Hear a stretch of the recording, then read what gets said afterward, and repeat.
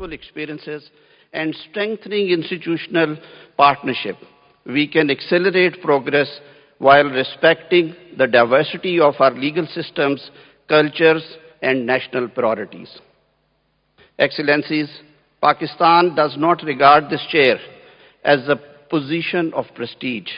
We regard it as a responsibility to listen carefully, to build consensus, and to help transform our shared aspirations into practical action that improves women across the Islamic world. Because the true success of this conference will not be measured by the declarations we adopt. It will be measured by the opportunities we create after we return home. For Pakistan, the empowerment of women is not simply a policy objective. It is a national priority enshrined in our Constitution, inspired by our faith, and essential to our future. Our Constitution guarantees equality, dignity, and equal protection under the law without any discrimination.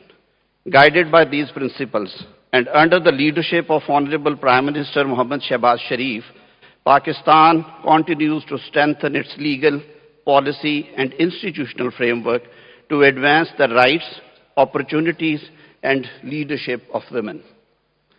Through the Ministry of Human Rights, working in close partnership with provincial governments, Parliament, judiciary, law enforcement agencies, civil society, and our international partners, we are translating this commitment into meaningful action.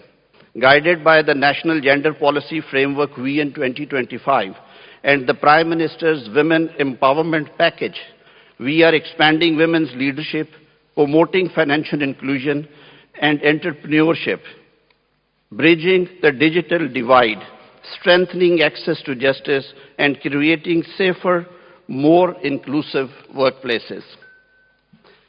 These efforts are reinforced through landmark legislation, specialized gender-based violence courts, women protection authorities, legal aid and rehabilitation services, dedicated helplines and institutions such as National Commission on the Status of Women and the National Commission for Human Rights. Today, women in Pakistan are serving with distinction as parliamentarians, judges, civil servants, diplomats, entrepreneurs, academics, scientists, and members of our armed forces.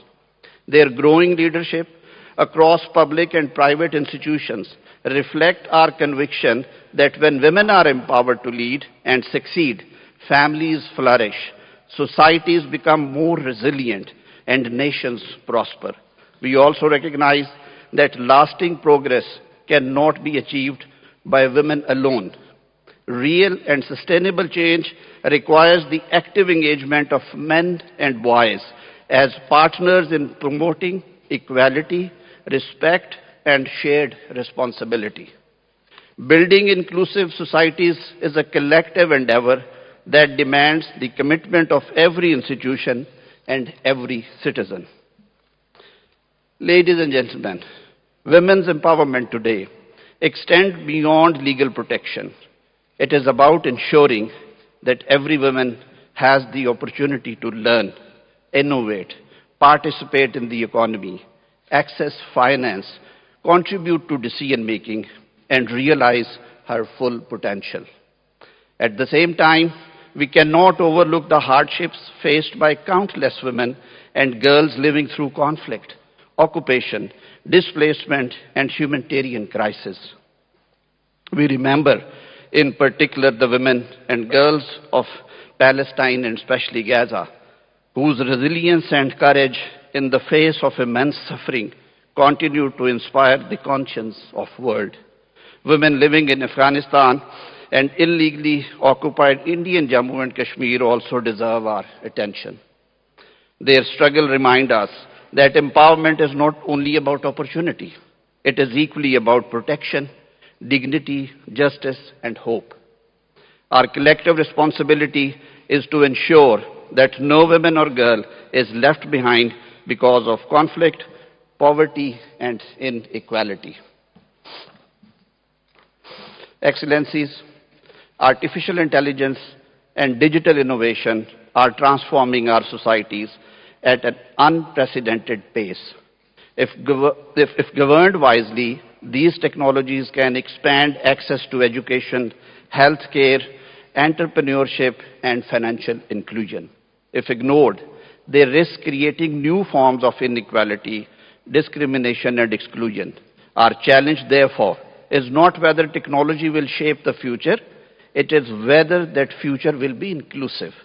The next generation of must not merely participate in digital economy, they must help lead it. Ladies and gentlemen, as chair of this ministerial conference, Pakistan will serve every member state with respect, fairness and openness. We will foster dialogue, build consensus and strengthen cooperation so that the outcomes of this conference translate into meaningful progress for women across the OIC. Working closely with the OIC General Secretariat, the Women's Development Organization, and all member states, we will promote the exchange of experiences, encourage practical cooperation, and advance our shared commitment to the empowerment of women. The strength of OIC has always been in its unity. While our cultures, legal systems, and socio-economic realities may differ, we remain united in our commitment to justice, dignity, compassion, and equal opportunity. Distinguished delegates, today we have an opportunity to shape outcomes that can positively impact the lives of nearly 940 million women across the OIC, representing about 49.3% of the total population of OIC countries. Let us use this platform not only to exchange ideas, but to strengthen partnerships, translate our commitments into action, and address the challenges that still remain. The true success of this conference will not be measured solely by the declarations we adopt, but by the progress we achieve together after we return home.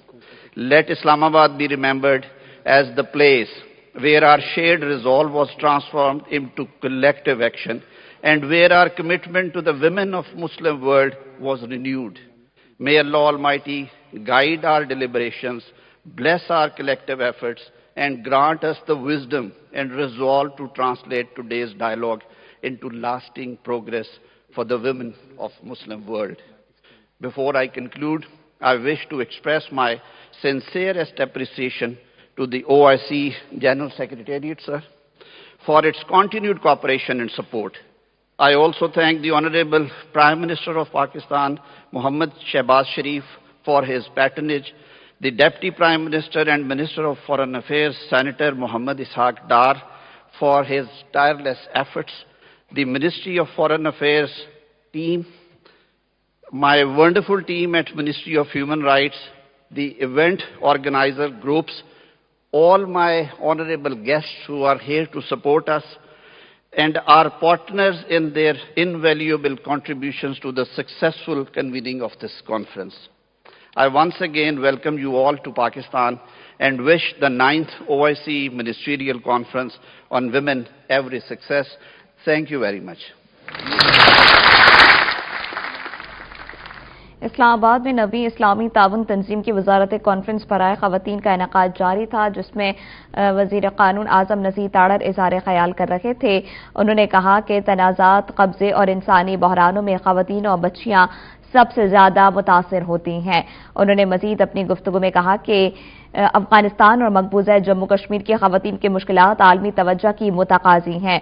जदीद technology ख़वातीन को तालीम, सेहत, रोजगार और माली शमूलियत के नए मौके भी फराहम करती हैं। OIC रुकने ममालिक ख़वातीन की तरक्की के लिए तजुर्बात के तबादले और अमली ताउन का फ़रोग़ है। आज़म नज़ीर ताड़र का OIC के 57 रुकने ममालिक में तकरीबन 94 करोड़ ख़वातीन की फलाह के लिए मुश्तरका इक़दामात पर जोर। The 9th session of the OIC Ministerial Conference on Women. Excellency, Councillor Amal Ammar, distinguished delegates, ladies and gentlemen, Assalamu alaikum wa rahmatullahi ta'ala wa barakatuh. Excellencies, our meeting today takes place under the theme Socio-Economic and Political Empowerment of Women in OIC countries, Challenges and Way Forward. This theme reflects our shared recognition that the advancement of women is not merely a social aspiration, but a strategic imperative for achieving sustainable development, inclusive economic growth, social cohesion, and lasting peace. It also acknowledges the complex realities confronting women today, including persistent economic disparities, underrepresentation in decision-making, limited access to financial resources, and opportunities and challenges arising from rapid technological transformation and digital inclusion. These challenges are further compounded by the armed conflicts, humanitarian crisis.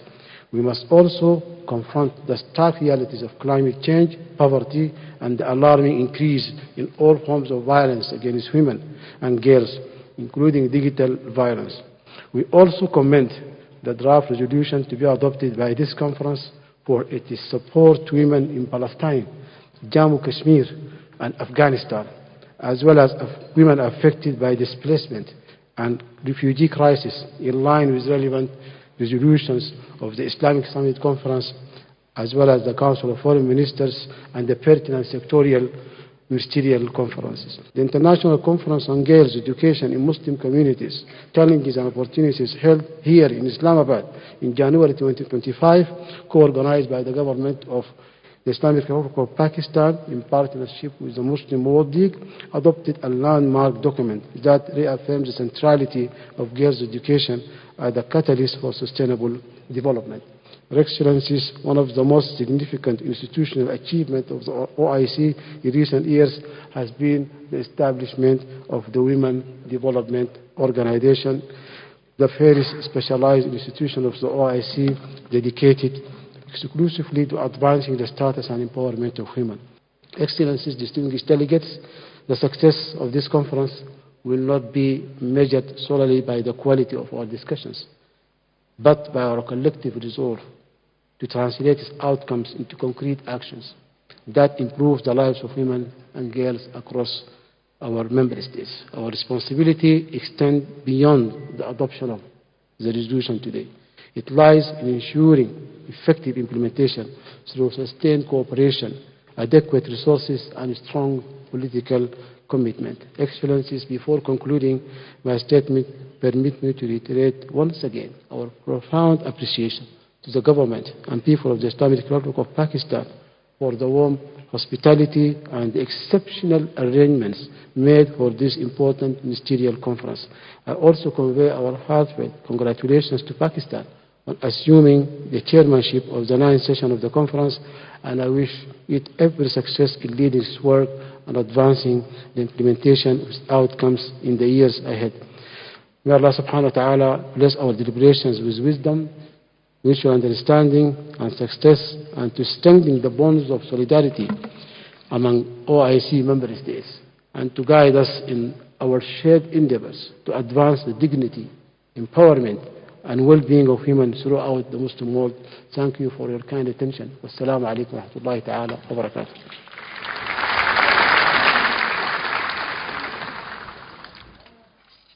My distinct honor to invite Her Excellency Ambassador Naila Jabr, the President of the Women's Consultative Council of the 8th OIC Ministerial Conference on Women, to address this distinguished gathering. وزير حقوق الإنسان بجمهورية باكستان الإسلامية، رئيس الدورة التاسعة للمؤتمر الوزاري لمنظمة التعاون الإسلامي للمرأة، معالي سفير طارق بخيت، الأمين العام المساعد للشؤون الاجتماعية لمنظمة التعاون الإسلامي، أصحاب المعالي الوزراء، أصحاب السعادة، السيدات والسادة، السلام عليكم ورحمة الله وبركاته. يشرفني بالأصالة عن نفسي وبالنيابة عن عضوات اللجنة الاستشارية للمرأة أن أتقدم إلى جمهورية باكستان الإسلامية بخالص التهاني بمناسبة توليها رئاسة الدورة التاسعة للمؤتمر الوزاري لمنظمة التعاون الإسلامي للمرأة، معربة عن ثقتنا بأن هذه الرئاسة ستشكل محطة جديدة في مسيرة العمل الإسلامي المشترك للنهوض بالمرأة في الدول الأعضاء.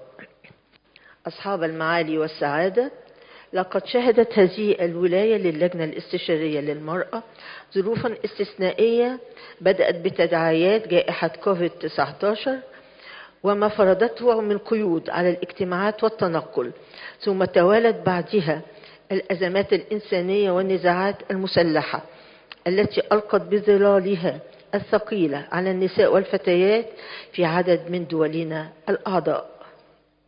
ومع ذلك واصلت اللجنة الاستشارية للمرأة أداء دورها باعتبارها الآلية الاستشارية للمؤتمر الوزاري.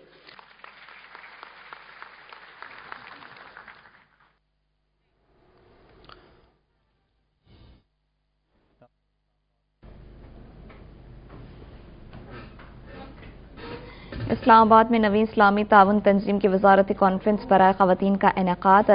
फैसला साजी में खवातीन की शमूलियत नागुज़ीर है। खवातीन का मेयार जिंदगी बेहतर बनाना वक्त का तकाजा है। खवातीन की तरक्की मुआशरे की तरक्की का बायस है। खवातीन का मयारी जिंदगी बेहतर बनाना वक्त का तकाजा है। खवातीन की तरक्की मुआशरे की तरक्की का बायस है। खवातीन का मेयार जिंदगी बेहतर बनाना वक्त का तकाजा। इस्लामाबाद में नवीं इस्लामी ताउन तंजीम की वजारती कॉन्फ्रेंस पर आए खवातीन का इनेकाद। अभी सब्सक्राइब करें ताकि कोई खबर रह न जाए।